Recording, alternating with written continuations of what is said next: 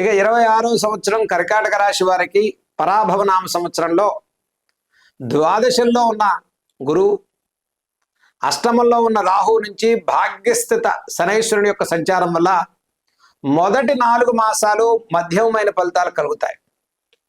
అలాగనే ఏప్రిల్ నుంచి ఆగస్టు వరకు కాస్త ఉత్తమమైనటువంటి ఫలితాలు పొందేటువంటి సంవత్సరంగా కర్కాటక రాశి వారికి ఉంటాయి.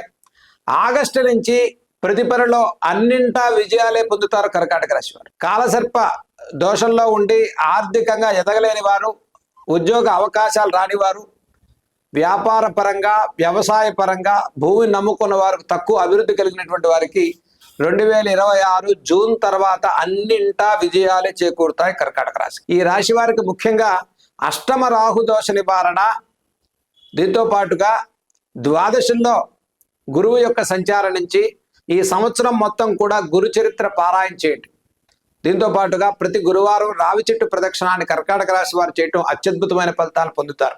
ఈ సంవత్సరం మొత్తం కూడా మీరు చక్కగా కాలభైరవుణ్ణి ఆరాధన చేయటం వల్ల నెగిటివ్ ఎనర్జీని పోగొట్టుకుని చక్కటి విజయవంతమైన శుభప్రదమైన పరాభవనామ సంవత్సరంలో విజయాలు పొందే సంవత్సరంగా కర్కాటక రాశి వారికి మనం